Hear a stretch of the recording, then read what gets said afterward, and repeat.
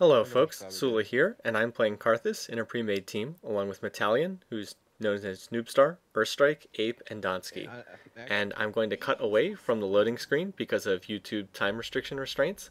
And one thing I want to point out right at the start, as I show the rest of the team, is that you may have noticed on the loading screen that I have picked up a new skin for Karthus. This is the Statue of Karthus skin, which I think looks completely awesome. It actually went on sale this week, and I want to give a shout out to Toby, who was responsible for gifting me the riot points that enabled me to get this skin. So thank you very much, Toby.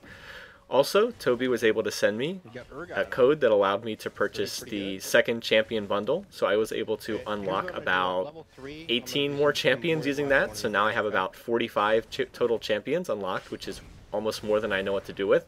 Anyway, I'm going to try to show off some of those champions in upcoming weeks, so again, thank you very much for giving me that opportunity.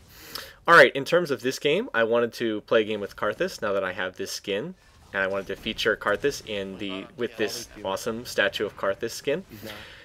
One other thing I'll mention is I've been doing a lot of practice games recently. I wanted to show a game that's not some sort of practice game, not me learning a new champ, but a game with actual real game going back and forth. So that's what this will be here. So give a little variation there in terms of the type of gameplay that you'll be seeing. All right, now this team that we were going up against. All 5 of us are in a pre-made team here. So assumedly we're going up against another pre-made team. Well, I think so. At least I think that's how the matchmaking works. In any case, this is one of the weirdest teams that I have ever seen in terms of team composition, at least recently. This was an enemy team made up of Shen, which is fine there. But then, in addition to Shen, they had Teemo, Urgot, who you see me laning against here in middle lane, Soraka, and then Gangplank. As far as sort of the metagame goes right now, these are considered to be some of the weakest champions in League of Legends, so I don't know if they were doing some kind of weird variant or just trying to embrace extra challenge, but it was certainly an unusual team to lane against. Alright, getting back to the matchup at hand, I am, as you can see, laning here against Urgot in the center lane.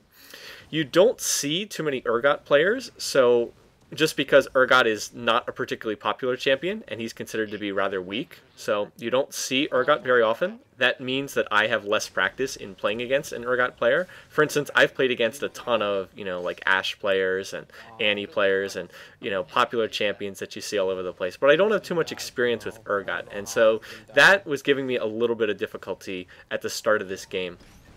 In fact, there's not a lot of people who play Karthus either. And I think that's helped me at some point in times in the past because people just aren't used to dealing with a Karthus player a lot of the time. So I've been having a little bit of trouble if you've been watching in terms of last hitting. I actually wasn't doing a very good job here at the start of the game. Alright, so let me just talk briefly about Urgot, a little bit about his abilities, since there's a good chance people watching this probably haven't seen too many Urgot players. Because, like I said, there's sort of this general perception that Urgot's not very good. The way that Urgot works is he's sort of a champion that's stuck in between different roles. He's sort of in between a tank role and a damage per second role, and that's not a good place to be in this game. Generally speaking, champions are good when they can do one thing and do it well. You don't want a champ who sort of gets stuck in between roles. So that's sort of his problem. This person was playing an attack damage Urgot, which is probably the correct way to play him. And what you can see him using here, the basic way that Urgot's gameplay functions is first he will try to hit you with his corrosive charge. That is, he'll shoot out this sort of green blob, and if he hits you with it, then his other attacks, he can then follow that up with something known as Acid Hunter, which is another one of his skills. And if he's hit you with his initial corrosive charge, then his Acid Hunter skills will lock onto you and hit you automatically. And they do a lot of damage early in the game. Now, later in the game, Urgot's skills will do less and less damage, so as the game goes on, he tends to get weaker and weaker, another reason why people generally don't like playing Urgot. But right now, here, early on, in the laning phase, he can be very strong at harassing. If he manages to hit you with his corrosive charge, then that Acid Hunter will lock on, and it has extreme range and does very heavy damage. So I have to play pretty cautiously here. It's better to back off and try to be safe here at the beginning of the game, when Urgot's at his strongest, than try to risk it and screw up and take a stupid death or something like that. So you've already seen me recall back to base once already, and I actually bought 2 health pots, which is not something I do often. I generally try to avoid. Oh, there's his corrosive charge, by the way. That's the green blob he shot at me. Generally, I try to avoid buying too many health pots. They can be useful to pick up, but oftentimes, for one thing, I don't like to go back to base too much early in the game. I mean, who does? But, I mean, I try to avoid that if possible. And the other thing being, I generally like to put that money towards wards. Generally, I try to play more cautiously. And see, look, right there, he hits me with a Corrosive Charge, Acid Hunter, and you can just see how extreme the range is. So until that charge wears off, I'm going to back off behind my tower so he can't hit me with another one. And there he hits me again with a Corrosive Charge, so I got hit again, but I stay behind my tower. Oh, and there he gets off one more Acid Hunter. Okay, I thought I was safe, but you can just see that that skill has some extreme range, and it does good damage. So there I'm going to burn one of those health pots. Anyway, like I was saying, I generally prefer to use my gold on Sight Wards instead of health pots. There I dodge a Corrosive Charge, just because oftentimes the characters I'm playing tend to be more caster type, and they often have range skills, so for one thing, they just don't take as much harassment early in the game. And then secondly, I really don't like playing unless I have sight. Having those wards up just makes it so much easier in terms of avoiding getting attacked by the other enemy team, particularly if they have a jungler, although neither team actually has a jungler in this game. Okay, over here, I see that Metallion gets killed, Noobstar, and so I check the bottom lane, and as it turns out, Teemo's almost dead, and I'm able to finish him off with my ultimate. Now, that actually was not a call from anyone on our team. I always tell people, either on TeamSpeak or by typing in chat, if I'm playing Karthus, I try to tell them when I have my ultimate up, and to let me know if they see an opportunity for a kill. Nobody on the team actually mentioned that to me, which just goes to show that even when you're playing in a pre-made team, you know, you can't count on your teammates to do everything for you. You should always be checking the map. So like right there, when I get a message that somebody just died, that's sort of a key that, you know, hey, that means that there was a fight somewhere. That means it's a good idea to go and scan the map and check out to see if someone might be close to death. And as it turns out, that was right. Metallion was having some problems in the bottom lane with Xin Zhao because Teemo kept hitting him with, kept blinding him with Teemo's dart skill or whatever. That anyway, once and when Xin Zhao's blinded, he can't attack, or his attacks won't hit. So we actually switched lanes here. We had Metallion go up to the top lane, and then we shifted. I think we shifted Ape down to the bottom lane. Ape playing Morgana. So now we've got Garen and Morgana in the bottom lane, and that's a pretty nice bottom lane. And then we've got Sona and Xin Zhao in the top lane, also a very strong lane. So where we decided to make that switch and see how things would go for us. Anyway, as I said, I haven't played against a lot of Urgots, so for me, I was trying to get a sense for how to lane against this guy. One thing I realized as the game went on, first of all, I got better at dodging the corrosive charges because I started to get a better sense of when this guy was going to shoot him. Like right there, I just had a sense that he was about to shoot one off, and so I was able to dodge pretty easily. Now, the other thing I realized was, hey, after Urgot uses corrosive charge, that means that the skill is going to be on cooldown for the next, you know, maybe 10 seconds or so, and I don't know what the cooldown is for that skill off the top of my head. But I knew that it would be on cooldown for a couple seconds, which means, hey, after he fires that skill off, I can come forward, and I can come forward aggressively, and I don't have to worry about him locking on with corrosive charge and then firing acid hunters at me. So I was able to change up my gameplay and start being more aggressive. And now here, Ape came in for an attempted kill, and he told me about this ahead of time. Now, Urgot uses his ult, and I'm about to kill him, but oh, I'm out of mana, and I can't get in the last hit. Also, the enemy's team Shen uses the Shen ult, stand together, comes in, shields Urgot, and just manages to prevent him from dying. So well done by the Shen on the enemy team, and a nice attempted kill from Ape too. Got in Morgana's stun. It was correctly positioned.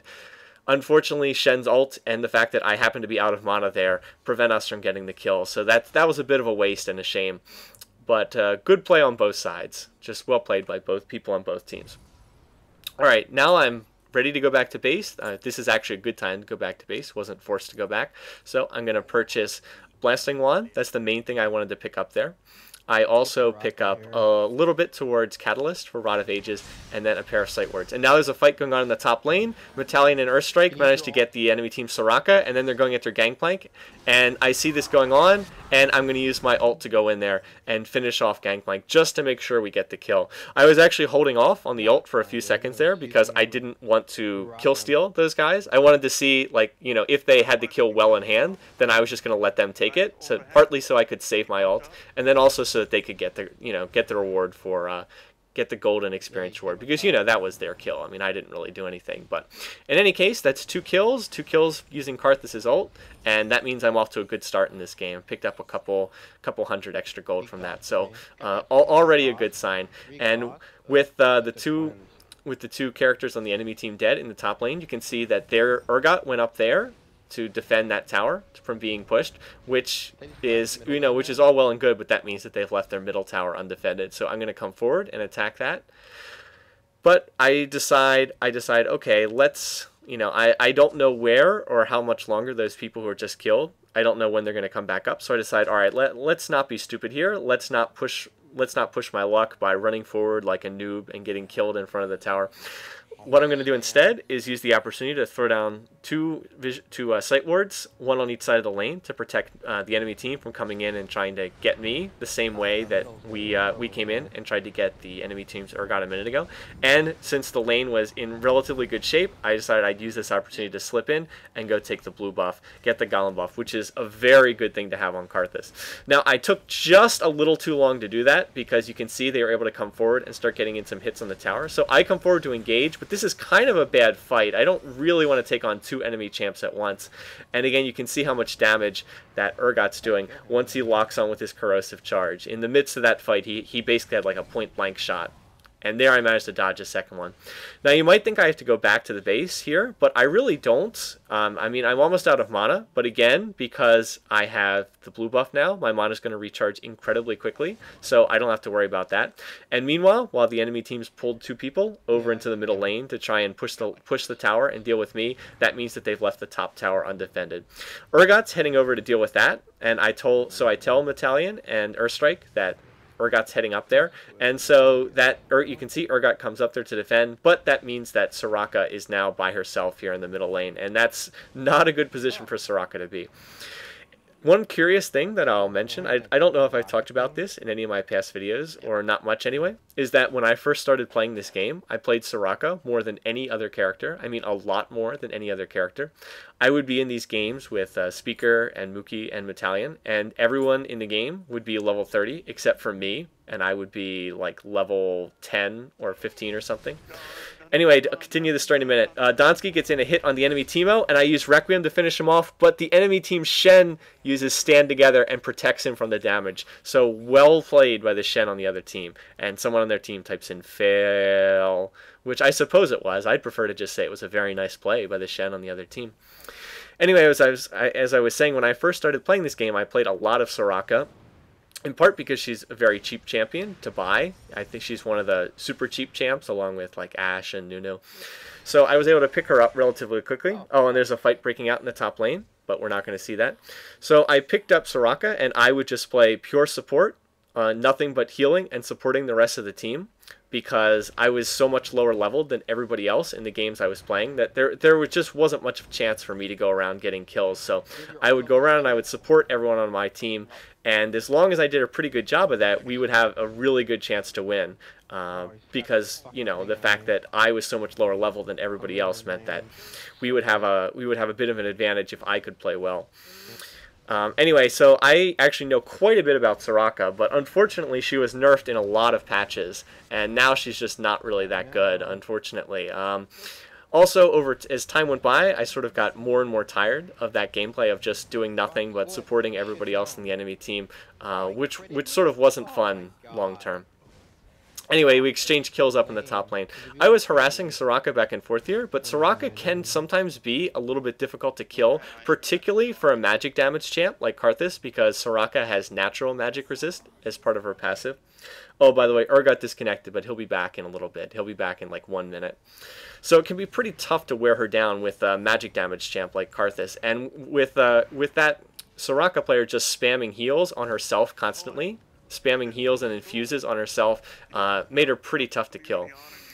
And like also you can see like right there, she silenced me. Of course, we're still getting a clear advantage in this lane. For one thing, Soraka is an absolutely terrible farmer. She's one of the worst farming champs in the game. So I'm getting almost every minion kill while she's getting hardly anything. So I'm getting farmed up, and while she's getting experienced, let's face it, you don't really want Soraka in a solo lane getting experience. You want a better champ to be getting that extra experience. So this is still a good situation for our team. Alright, we're getting close to the end of this video, so once again, I'll ask you to stay tuned and come back for part 2 in a minute.